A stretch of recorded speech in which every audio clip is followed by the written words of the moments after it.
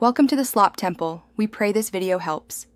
You need Windows 10 or 11 with the Xbox Game Bar installed and you signed into your account. This lets widgets and recordings work. Once done, enable Game Bar in Settings Gaming so the OS accepts the overlay hotkey. Now press Windows plus G. That single shortcut is the action that opens the overlay. You do this because the overlay is a system-level UI tied to that hotkey. Using it instantly summons widgets like capture and audio.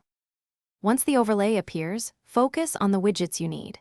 Capture for screenshots and clips, audio to manage sources, and performance to monitor FPS. You should set microphone and recording hotkeys in the game bar settings so you can start and stop without the overlay showing. This prevents interruptions. Make sure to click each widget to expand details, drag them to a convenient corner, and pin frequently used widgets so they persist when you reopen the overlay later on. To finish, begin recording or streaming from the capture widget, or simply use your configured hotkeys to toggle capture without opening the overlay each time. When you're done, close the overlay with ESC or press Windows plus G again. Pinned widgets will be ready next session. If the overlay doesn't open, check Settings Gaming to ensure Xbox Game Bar is enabled. Then restart the Xbox Game Bar process or sign out and back in.